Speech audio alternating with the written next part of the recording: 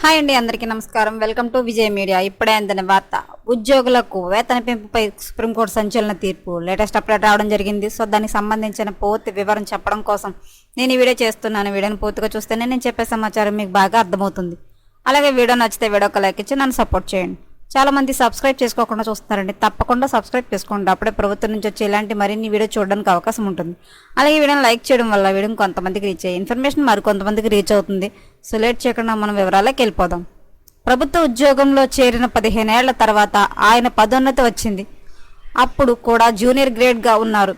మరో 10 ఏళ్లకు senior grade హోదా ఇచ్చిన ప్రభుత్వం ఆయన పే స్కేల్ను మరో 8 ఏళ్ల తర్వాత సవరించింది. వేతన స్కేల్ పెంపు ఎప్పుడు నుంచి వర్తిస్తుందో అందులో పేర్కొంది. కానీ ఆయన ఉద్యోగ విరమణ చేసిన తర్వాత పొరపాటున మీ వేతనం పెంచామని, అప్పటి వరకు పొందిన మొత్తం తిరిగి చెల్లించాలని ఉత్తర్వులు జారీ చేసింది. ప్రభుత్వ ఉద్యోగుల వేతన స్కేలు విషయంలో సర్వోన్నత న్యాయస్థానం గురువారం కీలక వ్యాఖ్యలు చేసింది. ఉద్యోగుల పే స్కేల్ తగ్గించడం, వారికి చెల్లించిన మొత్తాలను తిరిగి వసూలు చేయడం శిక్షణాత్మక చర్యలతో సమానమని సుప్రీంకోర్టు పేర్కొంది. అంతేకాదు ఇది తీవ్ర ప్రతికూల పరిణామాలకు దారితీస్తుందని justice Sandeep Mehta, justice R మాధవన్ల ద్విసభ్య ధర్మాసనం పరోక్షంగా ప్రభుత్వాలను హెచ్చరించింది. బీహార్కు చెందిన రిటైర్డ్ ఉద్యోగి పే స్కేల్ తగ్గిస్తూ అక్టోబర్ 2009లో రాష్ట్ర ప్రభుత్వం జారీ చేసిన ఉత్తర్వులను ఈ మేరకు ధర్మాసనం రద్దు చేసింది. రిటైర్డ్ ఉద్యోగి పే స్కేల్ను తగ్గించిన బీహార్ సర్కార్ అప్పటిదాకా ఆయనకు అధికంగా దక్కిన మొత్తాన్ని తిరిగి వసూలు చేయాలని, పొరపాటున అది స్కేల్ దక్కినట్లు ఉత్తర్వులు వెలువరించింది.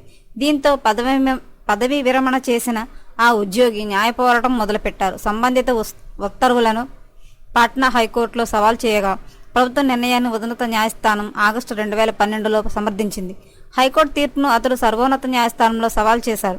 ఈ పిటిషన్పై విచారణ చేపట్టిన justice Sandeep Mehta, justice R మహదేవన్ల ధర్మాసనం ప్రభుత్వ నిర్ణయాన్ని తప్పుపట్టింది. ఆ ఉత్తర్వులు జారీ అయ్యే నాటికే ఉద్యోగి రిటైర్ అయ్యారని, అంతటి సుదీర్ఘ కాల వ్యవధి తర్వాత ఆయన నుంచి తిరిగి డబ్బులు వసూలు చేయడం సరికాదని చెప్పింది. బీహార్ ప్రభుత్వంలో సప్లై ఇన్స్పెక్టర్గా 1966లో చేరిన అతడికి 15 ఏళ్ల తర్వాత తొలి పదోన్నతి లభించింది. 1981లో ఏప్రిల్లో మార్కెటింగ్ ఆఫీసర్గా ప్రమోట్ అయ్యారు. సర్వీసుల్లో చేరిన 1991 మార్చి 10 నాటికి 25 ఏళ్లు పూర్తి కావడంతో సీనియర్ గ్రేడ్ హోదా ఇచ్చి marketing officer come district assistant supply officer పోస్టులో నియమించారు. ఆయన పే స్కేల్ను 1999 ఫిబ్రవరిలో సవరించిన బీహార్ ప్రభుత్వం 1996 జనవరి నుండి అమల్లోకి వచ్చినట్టు తెలిపింది.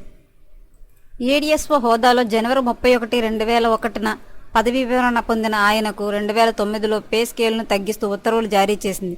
పే స్కేల్ విషయంలో పొరపాటు జరిగిందని 63,765 తిరిగి చెల్లించాలని ఆదేశించింది. దీంతో ఆయన బీహార్ ప్రభుత్వ ఉత్తర్వులను ఆయన హైకోర్టులో సవాల్ చేశారు.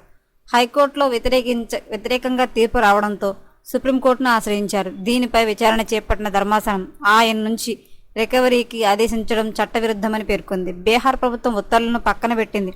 అలాగే ఈ కేసులో హైకోర్టు డివిజన్ బెంచ్ ఇచ్చిన తీర్పును రద్దు చేసింది. ఎప్పటికప్పుడు మరిన్ని లేటెస్ట్ అప్డేట్ల కోసం మన ఛానల్ తప్పకుండా సబ్స్క్రైబ్ చేసుకోండి. Thanks for watching.